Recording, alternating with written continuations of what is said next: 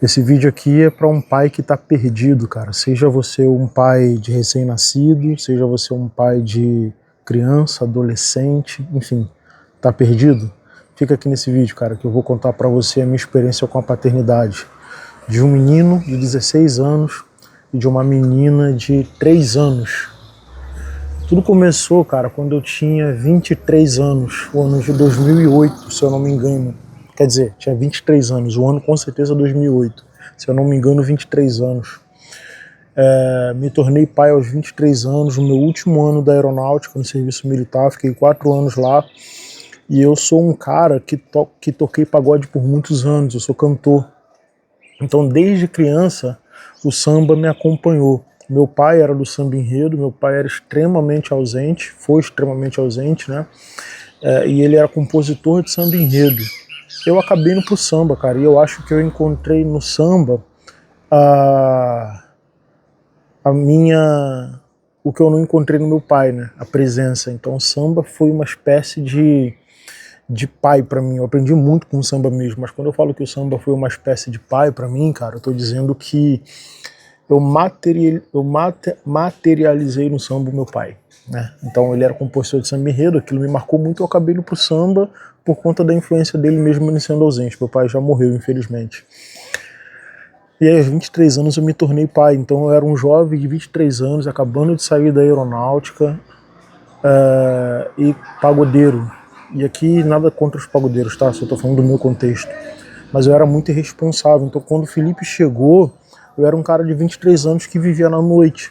Eu tinha um relacionamento, eu estava casado no papel, eu tinha um relacionamento, e aqui o contexto é só a paternidade, né? Não vou falar de relacionamento aqui porque não faz sentido, tudo sobre paternidade. E eu estava casado e tal, mas a minha cabeça era a cabeça de um cara que queria tocar pagode, que tinha um sonho, eu estava tentando construir uma carreira na música, né? Já tinha composto algumas músicas, uma delas foi para rádio e tal. Esse contexto é complicado dessa música que foi para rádio, mas fica para outro vídeo. E eu não tive maturidade nenhuma. Ao final, cara, do primeiro ano do meu filho, pouco tempo depois ali, meu casamento acabou e eu saí de casa. E aí começa a minha história com a paternidade, porque o meu primeiro ano com o meu filho, eu estava muito presente, né? Eu participava, eu estava na casa, então eu estava ali. Eu lembro que eu botava ele para dormir, né? Enquanto a mãe dele estava no trabalho, eu cantava música para ele do Roberto Carlos e tal, eu tinha feito um vídeo para ele, tenho boas lembranças desse primeiro ano. Mas quando eu saí de casa, que o casamento acabou, a paternidade acabou junto com o casamento. Então eu fui um cara, mano, que eu menti muito nos primeiros anos do meu filho para não estar presente. Eu estava desempregado, então eu tinha uma bolsa, cara, numa ONG de R$ 400 e dali eu tirava o valor da pensão, né? Com relação a isso eu nunca menti, mas eu mentia com relação à presença. Então, pô, várias vezes o Felipe tinha médico, por exemplo, e eu tinha acabado de chegar do pagode, mano, de manhã, e eu falava que não tava bem, que tava passando mal para não poder acompanhar em consulta. Eu tô abrindo meu coração aqui, sabe? De uma paternidade que, pô, que eu não posso nem chamar de paternidade. Eu fui um pai de merda mesmo, sabe? E aí, cara, o tempo foi passando e eu sem responsabilidade nenhuma com meu filho. Às vezes quando eu pegava ele, levei ele lá na minha avó, neném, assim e tal. Já em outro relacionamento também, zero responsabilidade com a paternidade. Eu era um cara que não tive pai presente, não sabia como me virar, não tinha referência paterna e nem quis buscar também. Então eu fiquei nessa, cara, eu acho que até os 4 anos do meu filho. Até que ele se mudou para Bahia com a mãe. E eles foram para Bahia e ficaram lá algum tempo, quase um ano. E aí eu tive que dar um jeito de ir lá, né? Um pai ausente, tive que dar um jeito de ir lá na Bahia, pedir dinheiro emprestado para ir, consegui parcelar a passagem do avião e fui para Bahia. E foi mais ou menos aqui que o jogo começou a mudar para mim, cara. Porque quando eu cheguei na Bahia para visitar meu filho, eu já estava lá para casa dos 4 meses, eu acho, sem vê-lo. Quando eu cheguei lá no aeroporto, né, da Bahia, eles estavam lá para me receber, cara. Falei com a mãe do meu filho, falei com os pais dela, mas o meu filho não me reconheceu. Ele olhou para mim assim, não me reconheceu, ele não veio no meu colo. não me deu um abraço que eu esperava, mesmo eu sendo um cara ausente. Meu filho simplesmente não me reconheceu, cara. E eu perdi alguns anos da minha vida com meu filho e ele não sabia quem era o cara que estava diante dele. E aí quando aquilo aconteceu comigo, eu passei por um processo assim de, tipo, voltar ao passado, sabe? E eu vi que naquele momento a minha relação de paternidade com meu pai era a mesma coisa, era um sentimento de indiferença, sabe? A diferença do meu filho é que talvez ele estivesse perguntando, esse cara é meu pai, né? Porque a mãe dele falou, é seu pai, vai com ele. E ele não veio. Mas eu lembrei que a minha relação com meu pai era exatamente essa, uma relação de indiferença. E foi ali que a coisa começou a mudar para mim, que eu comecei a criar um pouco mais de responsabilidade. E comecei a me aproximar do meu filho. E comecei a tentar fazer de uma forma diferente. Então ele passou a frequentar a minha casa. Eu comecei a cumprir, né, com as coisas de, pô, a cada 15 dias eu tenho que pegar meu filho no final de semana, não, ele tem que ficar comigo, a gente tem que fazer alguma coisa. Então as coisas foram começando a melhorar. Hoje meu filho está com 16 anos, vai fazer 17 e a gente tem uma ótima relação. Mas nem sempre foi assim, eu era um pai de merda, sabe? Um pai que, pô, que eu tenho muita vergonha hoje, sabe, de falar, de lembrar, na verdade. Eu não tenho vergonha de falar sobre isso, que eu acho que eu falo, sempre que eu falo sobre isso, eu falo num contexto de falar com pais para não seguirem o mesmo caminho. Porque a gente tem muita dificuldade, né, para exercer a paternidade. O homem, ele não foi criado para ficar. A gente não tem essa coisa do ficar. Pra gente é mais fácil se ausentar das coisas, fugir dos conflitos, né? Por isso que um homem não gosta de conversar, pô. Quando tem uma briga em casa, ele já se isola logo. Não quero conversar agora, não. Porque a gente está acostumado a fugir dos problemas, fugir dos conflitos. Então a gente não foi ensinado a ficar. E eu me ausentei da vida do meu filho porque eu não fui ensinado a ficar. E eu não tive essa referência também, entendeu? E hoje eu já consigo dizer pro meu filho que eu amo ele, a gente tem uma excelente relação, ele se dá muito bem com a minha esposa atual, né? Eu tenho uma relação tranquila com a mãe dele também, enfim. E as coisas mudaram muito. E aí, cara, veio a Liz Helena, que é a minha menina, né, de 3 anos, que é quando eu olhei para trás e falei, cara, aqui eu não vou errar. Aqui eu não posso errar, aqui eu tenho que ser presente, aqui eu tenho que participar, aqui eu tenho que estar em tudo. Na verdade começou em 2020, quando a gente teve um bebê que aos 6 meses a gente perdeu. No 6º mês de gestação a gente perdeu. Engraçado que a gente estava indo para consulta de rotina e a gente chegou no consultório, tinha um papel lá assim, ó, parabéns, você chegou aos 6 meses, mas não era pra gente, tá? Era um papel que estava no consultório. E aí tava as fases da gestação e tinha um papel que estava assim, parabéns, você chegou a 6 meses de gestação. Você sabia que é nesse período que a partir daqui é mais difícil de perder um bebê? Era exatamente isso. A partir daqui é mais difícil de perder o bebê e tal. No momento da consulta, menos de 1 hora depois, no mesmo lugar, a gente foi ouvir lá o diagnóstico, né, que nós perdemos o bebê. E aí por que eu tô voltando nesse contexto antes de falar da Liz Helena? Porque quando a gente perdeu o bebê, eu e minha esposa no 6º mês, já estava tudo formado, então precisou fazer indução de parto. E aí minha esposa ficou internada por quase 24 horas, eu acompanhei ela esse tempo todo, com ela no quarto e tal, e ela tomando remédio para expelir o bebê de 4 em 4 horas. E aí quando foi de manhã, no dia seguinte, 9 horas da manhã, ela internou 4 horas da tarde. E a gente recebeu o diagnóstico meio-dia da perda do bebê. Aí 9 horas da manhã no dia seguinte, ela estava deitada na cama, na maca, pondo para fora o nosso bebê sem vida, né? Na saúde a gente chama de natimorto. Então ela deu à luz a um filho morto. Ali eu vi o quanto, ali eu aprendi a valorizar ainda mais a minha esposa, sabe? Por tudo que ela passou e que eu presenciei. Acho que a pior coisa que tem para uma mulher é dar luz a um filho morto. E eu pude presenciar a minha filha, a minha esposa nesse cenário. Foi horrível. E era um menino, né? A gente queria uma menina desde o início, ver o menino. A gente já estava super feliz. Eu cantava para ele na barriga e tal. Já com essa mentalidade de fazer diferente com esse novo filho que chegaria. Mas a gente perdeu. E 2 anos depois, 1 ano e 8 meses depois, minha esposa engravidou de novo e veio a Liz Helena. E aí, cara, pô, foi aqui que o jogo virou, sabe? Da paternidade.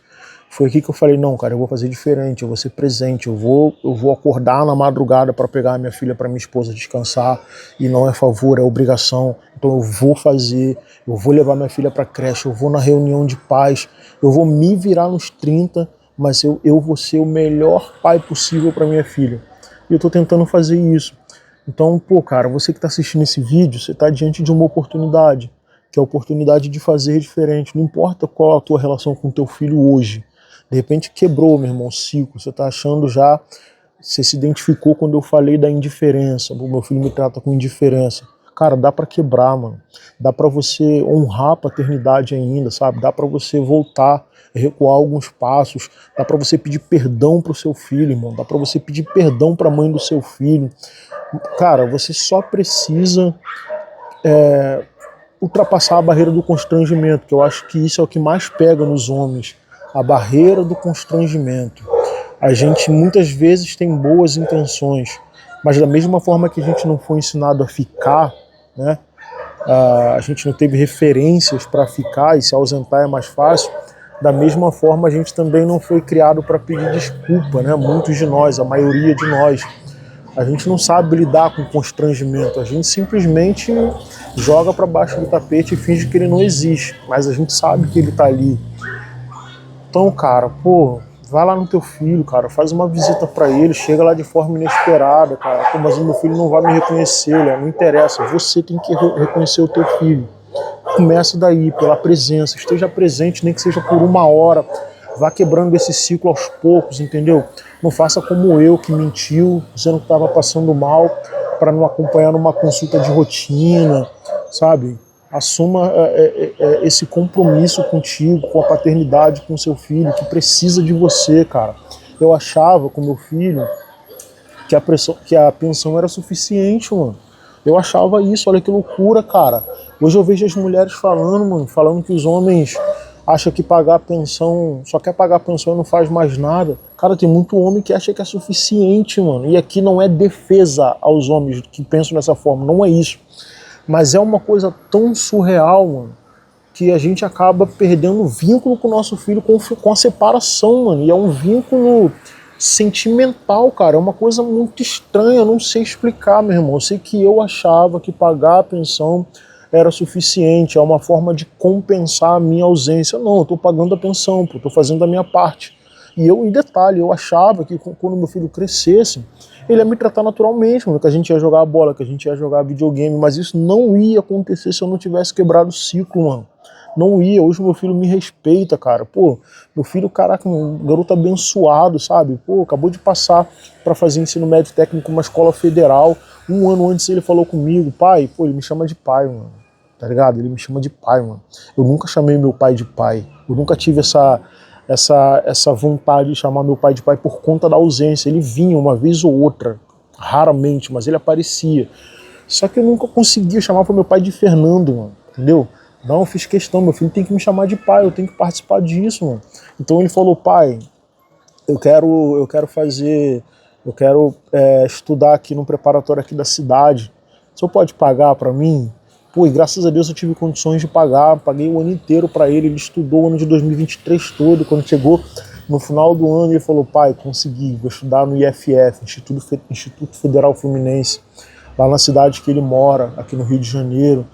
Então, cara, faça de tudo, mano, para resgatar o prazer de estar com teu filho, cara. Agora, se você tá dentro de casa, você também pode estar ausente, né? Porque às vezes a gente está presente na vida dos nossos filhos só fisicamente, mas a gente não tá de sentimento, a gente não tá ali por inteiro, a gente não tá ali de coração. Muitas vezes a gente vai brincar com os nossos filhos, cara, e a gente tá com o celular na mão fingindo que tá dando atenção pra criança. Não, cara, desliga, meu irmão. Se desliga lá, tira o celular da mão, cara. Pô, é só 15 minutos que você tem pra brincar com seu filho, com sua filha. Faça isso por inteiro, cara, mas faça isso, sabe? E você vai ver, mano, que a melhor coisa que tem pro homem é a paternidade. Eu particularmente acredito que a paternidade é o ápice da masculinidade, meu irmão. Quando você se torna pai, você não tem mais para onde subir no nível de masculinidade. Não é papo de testosterona, não é papo de força, não é, meu irmão, não tem nada disso. É só ser homem. o ápice da masculinidade é a paternidade. E você pode estar tendo a oportunidade de viver isso, de quebrar o ciclo de ausência paterna na sua família, na sua história, e ser presente, mano. Então você precisa fazer isso. Cara, é difícil. No começo você vai ter dificuldade para brincar, vai ficar tímido com as palavras e tal. Mas, cara, esteja presente. Esteja presente dentro de casa, seja presente, assista um filme de menina com a tua filha. Minha filha fala isso, filme de menina. Eu fui botar pra ela um filme do Shrek, ela falou que era filme de menino. Eu fui lá, conversei com ela e tal. Mas assista, mano. É uma horinha, o que custa? Você vai ficar uma hora no celular, pô, do lado dela, fingindo que tá vendo o filme. Não desliga o celular, assiste o filme com ela.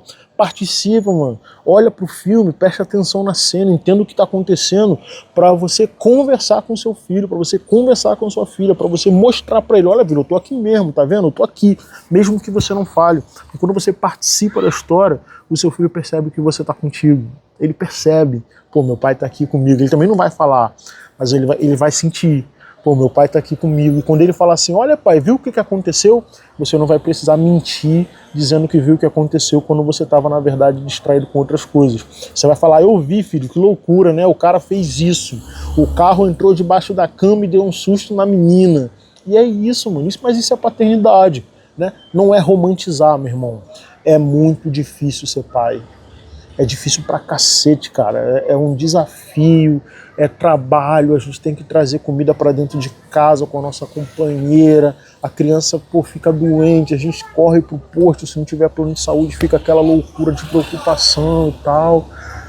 É remédio pra comprar, às vezes a gente não tem dinheiro pra comprar o remédio, aí, pô, a gente tem que pedir emprestado ou fazer um empréstimo no aplicativo do banco. Meu irmão, eu já fiz empréstimo de R$100 ali no crédito especial por conta de emergência, mano. Paternidade é loucura, eu tô falando R$100, tem gente que faz muito mais, mano. Então não é romantizar, sacou? A paternidade, porque tudo que eu tô falando aqui agora parece que é muito bonito, mas tudo é muito difícil, meu irmão. É muito difícil, por isso que é o ápice da paternidade, entendeu? Porque quando é você e sua mulher é mais fácil, mano.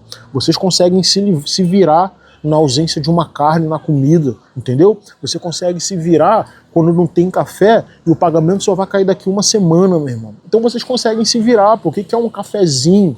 Agora, o que é um leite para uma criança, mano, que tá querendo e você não tem dinheiro? Olha que loucura, entendeu como é que é a realidade da vida? E você pode não estar participando dessa dificuldade que o teu filho pode estar passando com a mãe dele lá, mano. E você tem condições de chegar junto e de repente não chega por conta da ausência, mano. Então você precisa estar presente, entendeu? Conselho que eu te dou, cara, seja um pai possível.